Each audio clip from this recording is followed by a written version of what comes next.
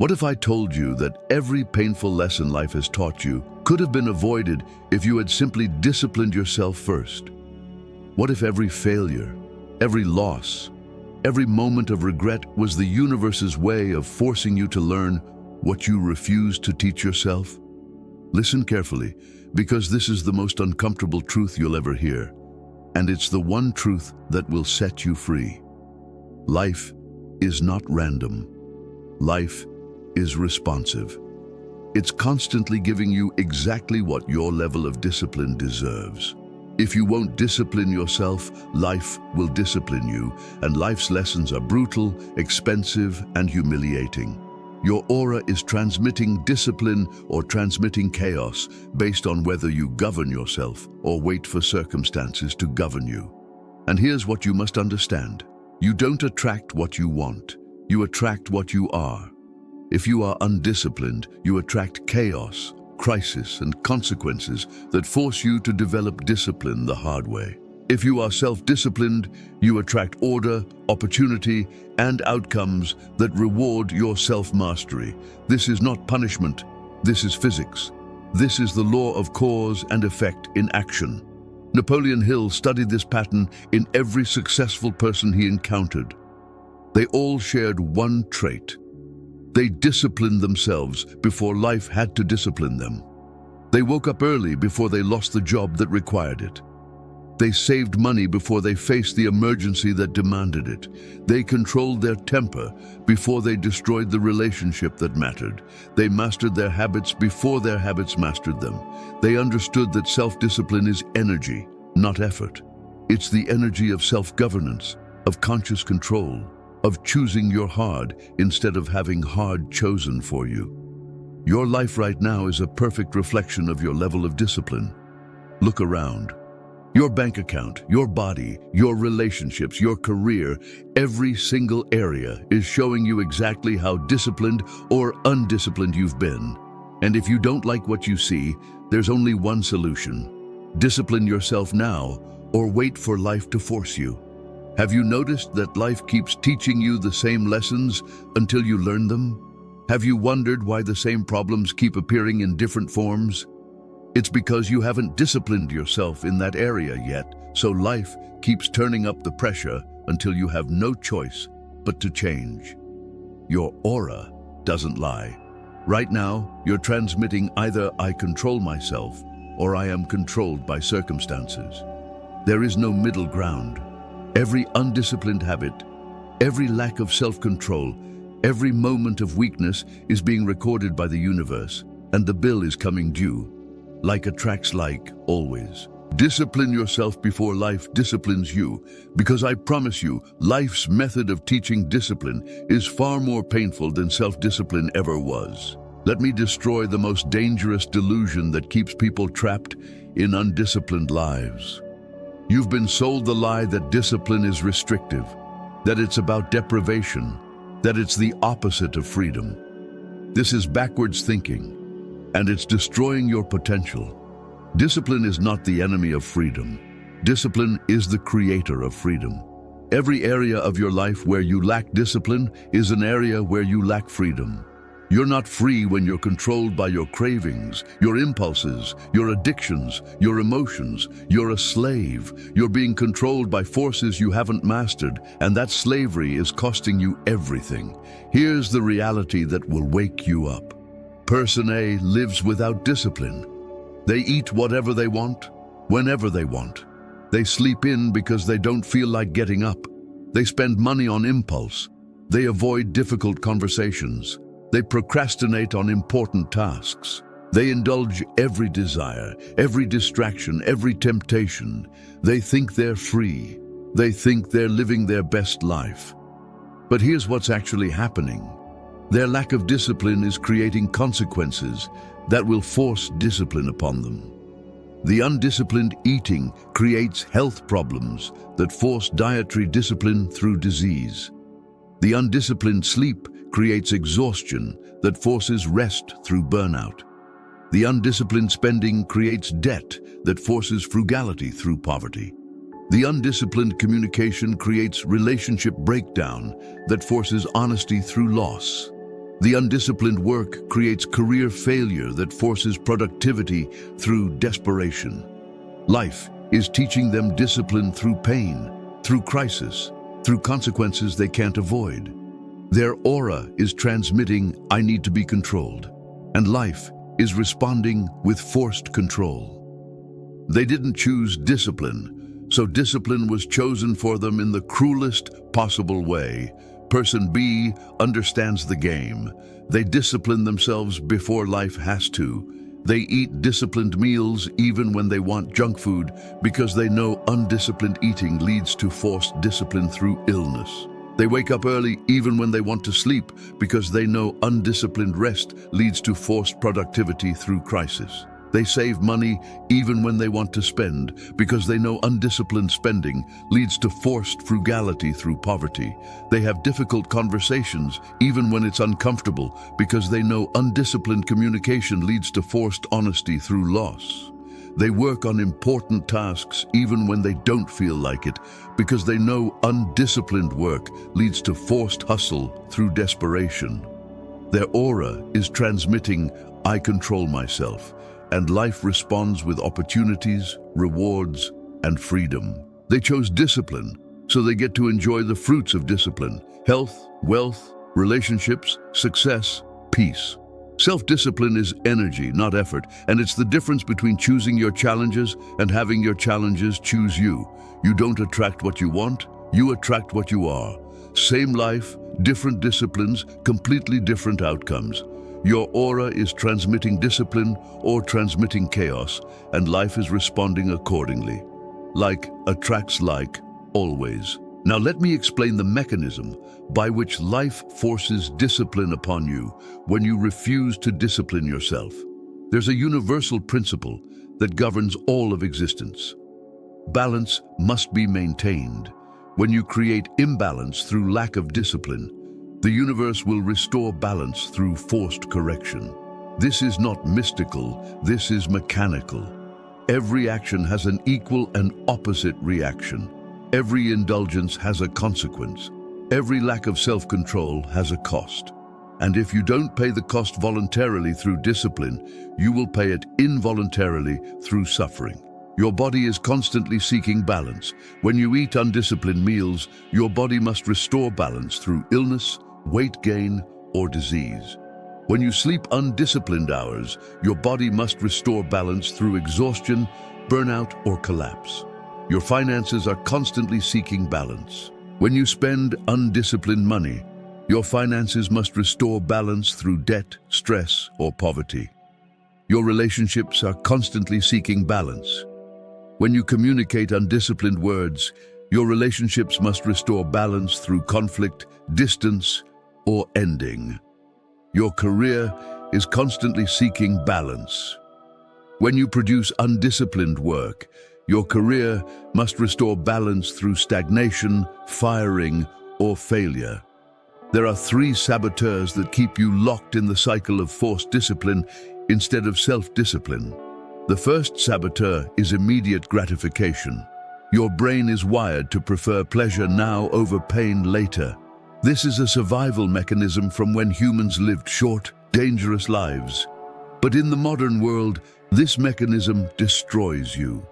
Every time you choose immediate pleasure over long-term benefit, you're programming your brain to be undisciplined. You're teaching yourself that you can't delay gratification, that you can't endure discomfort, that you're controlled by impulse. And life takes note. Your aura is transmitting, "I cannot control myself," and life responds by creating situations that require immediate consequences because you've proven you won't respond to future consequences. The second saboteur is the illusion of escape. You believe you can avoid the consequences of your undisciplined behavior. You think you're the exception. You see others suffering from lack of discipline, and you think that won't happen to me. This is magical thinking, and it's setting you up for devastation. There is no escape. The laws of cause and effect are not negotiable. They don't care about your intentions, your excuses, or your belief that you're special. Undisciplined actions create predictable outcomes, every time, for everyone. The third saboteur is comfort addiction. You've become addicted to being comfortable. You avoid anything that feels hard, anything that requires effort, anything that demands you be better than you currently are. This addiction to comfort is the death of discipline, because discipline, by definition, is uncomfortable. It requires you to do what you don't want to do. It requires you to be who you're not yet. And if you can't tolerate discomfort, you can't develop discipline. Self-discipline is energy, not effort. And these three saboteurs drain that energy before you even begin. Your aura doesn't lie. If you're dominated by immediate gratification, illusion of escape, and comfort addiction, your aura transmits, "I'm waiting for life to force me," and life is preparing your forced lesson right now. Here is the exact protocol for disciplining yourself before life forces you to. These are not suggestions. These are requirements if you want to avoid the painful lessons that are currently being prepared for you. The first practice is consequence projection. Every single day, you take your current undisciplined behaviors and you project them forward. If I continue eating this way for 5 years, what will my body look like? If I continue spending this way for 5 years, what will my finances look like? If I continue communicating this way for 5 years, what will my relationships look like? If I continue working this way for 5 years, what will my career look like? You write down the honest answers. You face the brutal truth of where your current lack of discipline is leading.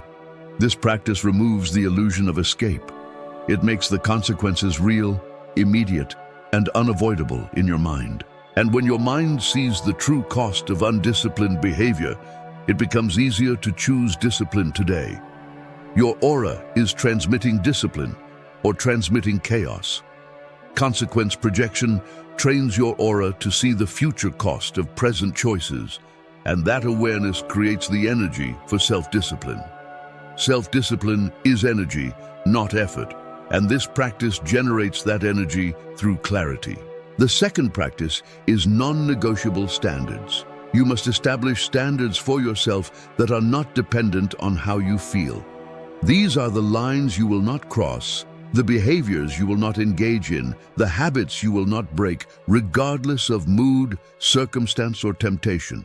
Write them down. I will not eat junk food. I will not sleep past a certain hour. I will not spend money impulsively. I will not speak words I'll regret. I will not skip important work.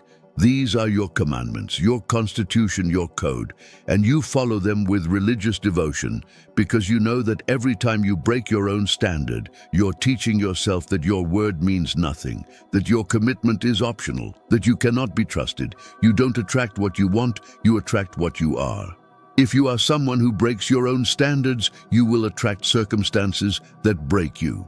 If you are someone who honors your own standards, you will attract circumstances that honor you. Your aura is transmitting discipline or transmitting chaos based on whether you keep your standards or violate them. Like attracts like, always. The third practice is discomfort training. You must deliberately put yourself in uncomfortable situations to build your discipline muscle. Take cold showers, fast for a day, wake up an hour earlier, exercise when you're tired, have the difficult conversation, do the task you've been avoiding. You're not doing these things because they're fun. You're doing them because they train your mind to override discomfort. Every time you do something uncomfortable on purpose, you're proving to yourself that you're not controlled by your feelings. You're demonstrating that you can choose discipline over comfort. This is how you build unshakable self-discipline. Your aura doesn't lie. A mind trained to embrace discomfort transmits strength. A mind addicted to comfort transmits weakness. Self-discipline is energy, not effort. And discomfort training is how you build that energy into an unstoppable force. The fourth practice is the discipline audit. Every week, you review every area of your life and you grade yourself. On a scale of 1 to 10, how disciplined was I with my eating, my sleep, my spending, my communication, my work? You write down the scores. You look at the pattern and you ask, where am I most undisciplined? That's where life is preparing to teach you a lesson. That's where the forced discipline is coming. So you focus your self-discipline efforts there immediately. You don't wait for the crisis. You don't wait for the breakdown. You see the weakness and you address it now. Your aura is transmitting discipline or transmitting chaos. The discipline audit makes you consciously aware of where you're vulnerable, and awareness is the first step to self-correction. The fifth practice is accountability partnership. You find one person who is committed to discipline and you make a pact. You share your standards, you report your behavior, you give them permission to call you out when you're being undisciplined. This external accountability creates internal discipline. Most people can't discipline themselves alone because their undisciplined mind lies to them, justifies to them, makes excuses to them. But when someone else is watching, when someone else is checking, when someone else is holding you to your word, it becomes harder to lie to yourself. Napoleon Hill called this the master-mind principle. When two disciplined minds hold each other accountable, they create a force greater than either could create alone. Your aura is transmitting discipline or transmitting chaos based on who you're accountable to. Surround yourself with discipline, become disciplined. The sixth practice is consequence acceptance. This is where you make peace with the fact that if you don't discipline yourself, you will be disciplined by life, and that discipline will hurt. You accept this. You own this. You say, if I continue being undisciplined with my health, I accept that I will be forced into discipline through disease. If I continue being undisciplined with my money, I accept that I will be forced into discipline through poverty. If I continue being undisciplined with my relationships, I accept that I will be forced into discipline through loss. This is not pessimism, this is ownership. When you accept the consequences of your undisciplined behavior, you remove the victim mentality. You can no longer blame life, circumstances, or bad luck. You see clearly, this is the natural result of my choices, and that clarity creates the motivation to choose differently now. Self-discipline is energy, not effort, and consequence acceptance is the energy of radical responsibility. Now here's what nobody teaches you. To become truly disciplined, your undisciplined identity must die. The version of you that chooses comfort over growth, that prioritizes pleasure over progress, that avoids discomfort at all costs, that person cannot come with you. Self-discipline is not a habit you add to your existing identity. It's a complete transformation of who you are. Every undisciplined behavior you've engaged in is part of your identity. It's how you know yourself. It's familiar. It's comfortable. And letting it go feels like death, because it is death. It's the death of your old self. Here's how you kill the undisciplined identity in 4 steps. First, you name every undisciplined pattern you carry. I am someone who sleeps in. I am someone who eats junk food. I am someone who procrastinates. I am someone who avoids difficult conversations. Write them all down. Look at them. This is who you've been. Second, you calculate what this identity has cost you. Health, money, relationships, opportunities, time, energy, peace. Feel the weight of what your undisciplined identity has stolen from your life. Third, you declare the new disciplined identity with absolute conviction. I am disciplined in all areas of my life. I control my appetites. I honor my commitments. I do what needs to be done, regardless of how I feel. I am governed by standards, not emotions. You speak this with power, with finality, with certainty. Fourth, you act from the new identity immediately, not tomorrow, not when you feel ready, now. Every decision comes from the disciplined version of you. You don't eat that. The disciplined version doesn't eat that. You don't skip that. The disciplined version doesn't skip that. You don't avoid that. The disciplined version doesn't avoid that. This is how you train yourself into discipline before life forces it upon you. You become disciplined by choice, not by consequence. You don't attract what you want, you attract what you are. Your aura is transmitting discipline or transmitting chaos, and this identity transformation determines everything. Your environment is either supporting your discipline or destroying it. Everything around you is either making self-discipline easier or making it harder. And if your environment is not aligned with discipline, you will fail. Napoleon Hill taught that environment is stronger than willpower. If your environment is set up for undisciplined behavior, your willpower won't be enough to overcome it. Your aura is transmitting discipline or transmitting chaos based on what your environment is programming into you. Look at your physical space. Is your kitchen stocked with disciplined food or undisciplined food? Is your bedroom designed for disciplined sleep or undisciplined scrolling? Is your workspace organized for disciplined focus or chaotic distraction? Every single element of your environment is either helping you be disciplined or tempting you to be undisciplined. You must redesign your environment for discipline. Remove temptation. Make the disciplined choice the easy choice. Make the undisciplined choice the hard choice. If you want to eat disciplined meals, don't keep junk food in your house. If you want disciplined sleep, don't keep your phone in your bedroom. If you want disciplined work, don't have distractions in your workspace. Your environment must be a reflection of your commitment to discipline. The people in your environment matter even more. Who are you spending time with? Are they disciplined or undisciplined? Do they hold themselves to standards or do they make excuses?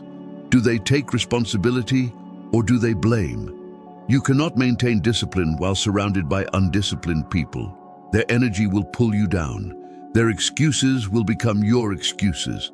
Their lack of standards will normalize your lack of standards. Like attracts like, always. Disciplined people must surround themselves with disciplined people. This is not about being judgmental. This is about survival. Your discipline depends on it. Self-discipline is energy, not effort. And your environment is the energy field you operate within. Protect it ruthlessly. There are 4 pillars that determine whether you discipline yourself or wait for life to discipline you. The first pillar is awareness. You cannot discipline what you're not aware of. Most people are unconscious of their undisciplined behaviors. They're on autopilot, repeating the same patterns without even noticing. Awareness is the first step. You must become conscious of every area where you lack discipline. You must see it clearly, honestly, without excuse or justification. Your aura doesn't lie. Awareness allows you to see what your aura is transmitting so you can consciously change it. The second pillar is decision. Awareness without decision changes nothing. You must make a definitive decision that you will discipline yourself in this area. Not try, not hope, not when you feel like it. You decide with finality. This is non-negotiable. This is who I am now. Decision is the bridge between awareness and action. You don't attract what you want, you attract what you are. Decide to be disciplined, become disciplined. The third pillar is consistency. Discipline is not something you do once. It's something you do every day, in every situation, regardless of circumstances. Consistency is what transforms discipline from an action into an identity. Every time you follow through on your commitment to discipline, you're reinforcing the neural pathways that make discipline automatic.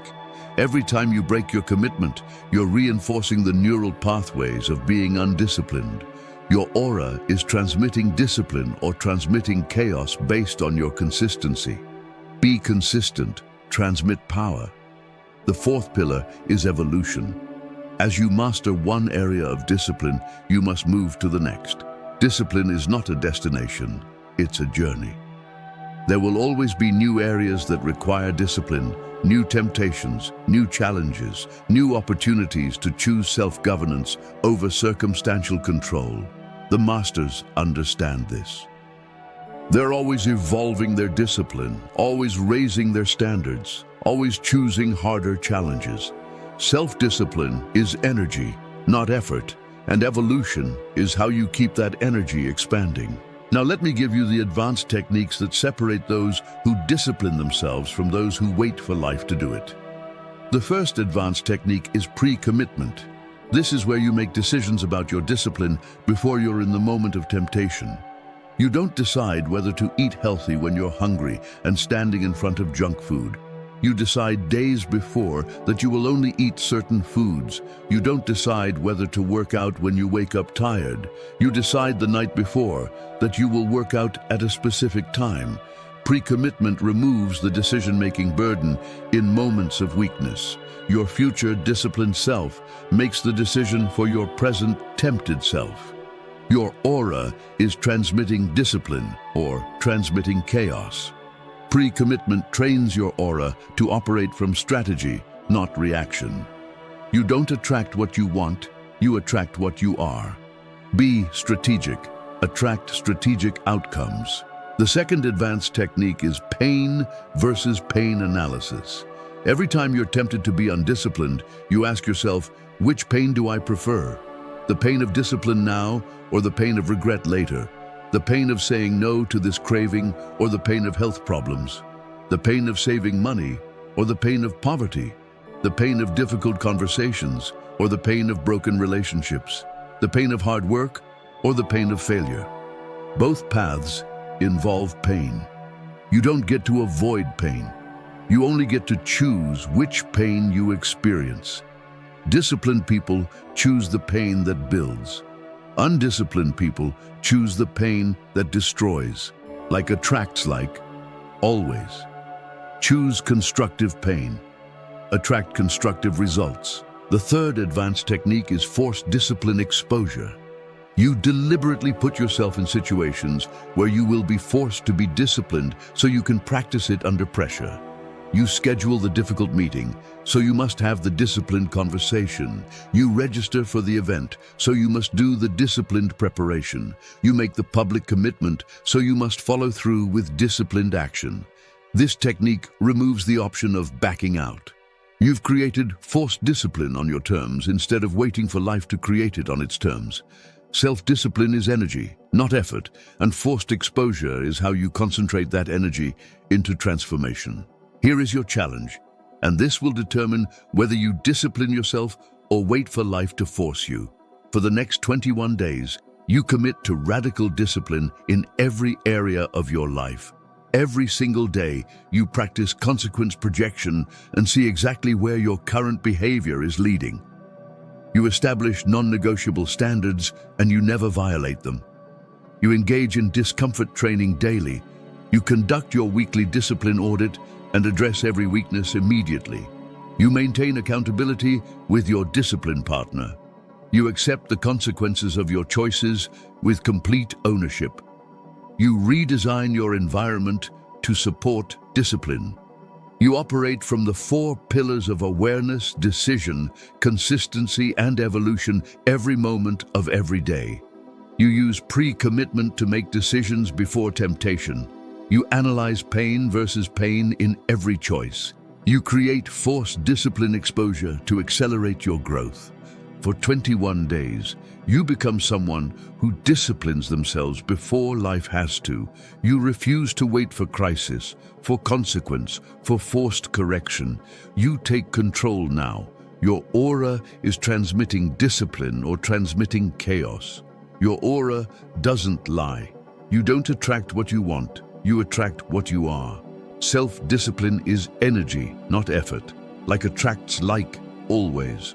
For 21 days, you become disciplined and you watch as life stops needing to teach you painful lessons. The health problems don't manifest because you disciplined your eating first. The financial crisis doesn't come because you disciplined your spending first. The relationship doesn't end because you disciplined your communication first. The career doesn't fail because you disciplined your work first. This is not magic. This is mastery. This is what Napoleon Hill taught. This is what separates those who control their destiny from those who are controlled by their circumstances. Discipline yourself before life forces you to.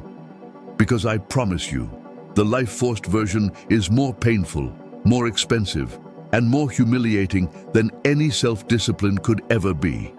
The choice is yours. The consequences are guaranteed. The time is now.